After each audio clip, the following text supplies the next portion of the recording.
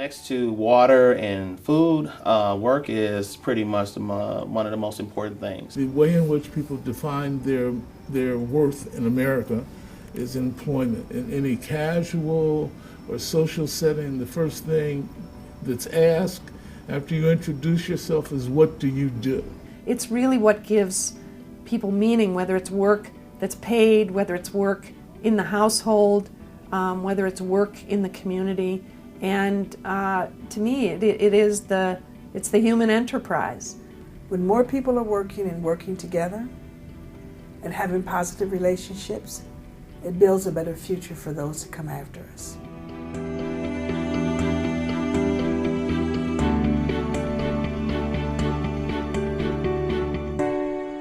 CJC's mission is to work with its members and other stakeholders for the purpose of ensuring that unemployed people have access to the education and training that they need in order to move out of poverty. The Chicago Jobs Council was formed by 3 organizations, well-established nonprofits in the city at the time, who had a long-term interest in advocacy, interest on behalf of poor people, and particularly through the sector of workforce development. We were going through an economic challenge. That was a time when people were panicking because the stock market was dropping and folks were losing jobs and the industry was changing. When we brought people together, we heard, yes, there's a very important need for this organization. It's worth going out and raising the money, finding the right people to staff it, expanding the board of directors, and really creating something vibrant for the city. Historically, the Jobs Council and its member organizations have always focused on individuals who were the hardest to serve, those who had the greatest number of barriers in terms of either accessing, finding, or keeping a job. A lot of the change that we get done, we try to get done administratively. Administrative change is being able to sit down at the table with an agency or a government entity and helping make the change in the rules and regs right at the table. They have been a constant policy advocate, a voice for us as a member organization, but also for those who do not normally get a voice at the state and federal policy level, to make them aware of the challenges that job seekers face in the community. When we're serving women and advocating on behalf of women who really need education and training to advance to greater economic security, having better public systems to meet their needs and help them get on a path to economic stability is just vitally important. So that's the intersection and why we value CJC so much. And because of CJC and its membership base that ranges all the way from actual trainers and job placement to youth serving and adult serving groups and disabled, it has a very diverse membership, and that diverse membership leads to legitimacy of the work that we're doing and allows us to advocate at various levels and through various different arenas. We hold monthly working group meetings, and from those working group meetings, our members help us decide what are the issues we need to be responding to and what should be the strategy for responding to those meetings. Back in roughly 1992, I was a part of the Chicago Jobs Council, at the time, Workforce Development Working Group. At that table, I presented and lifted up the fact that there was no real job developer training that was happening. It became clear that there would be a need to provide this additional resource of training and development to the member organizations in order that there would be a more general adherence to standards that were considered the best. My observation of the Frontline Focus classes is that very passionate people, job developers from the Chicago area, from very, very different types of organizations, come together to hone their skills so they can do a better job of placing their clients.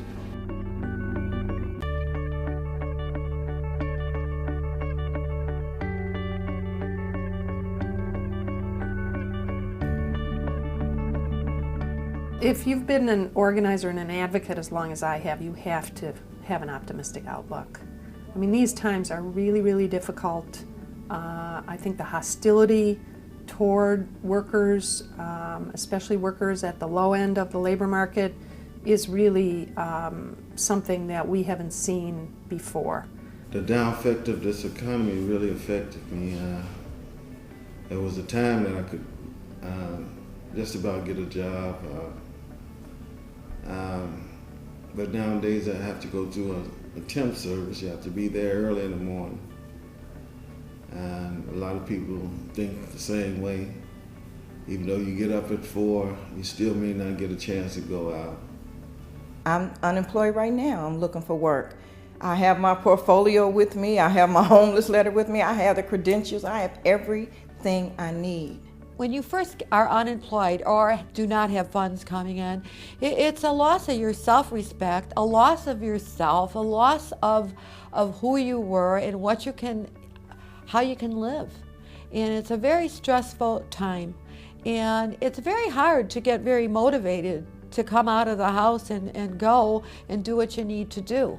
And that's why a support system that offers this emotional support and educational support so you can learn what to do is so important. When I first joined the board, the role was to work on behalf of low-income people who were having a hard time entering the job force.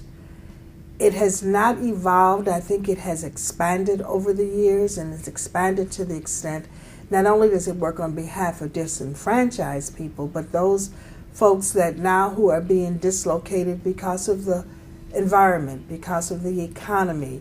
And it's taken in the fact that we are changing as a nation, we're changing as a city. In terms of advocacy work, we were very instrumental in helping the state rewrite some of its guidelines for welfare reform. We were instrumental in getting the job training and economic development legislation passed. We were the convener of the Opportunity Chicago program, which was the employment segment of the CHA transformation plan. What's happened with CJC is that it has walked a very narrow path of being, one, recognized as a trusted entity by the establishment, but also having credibility among its member organizations. I think CJC literally puts the work in workforce development. It makes workforce development work much more effectively. I'd like to see the CJC actually become an actual point of reference where we can use them to create statewide programs, and they can fund other agencies around the state to do unified programs. Providers never, flip a coin at the door. Anyone who shows up typically gets service, even if they aren't getting funded. We have to have a helping hand and help each other. And so these programs is designed to be that bridge to help people get to where they need to go. For the most part, has given me a chance to look into the future. It's given me a chance also to work positive on myself at the present time. Whatever there is, there's just a real spirit here. So I have gained personally and professionally with really enthusiasm, and that there is hope to all of this. If you work hard, that opportunity is there if you work hard and you're prepared.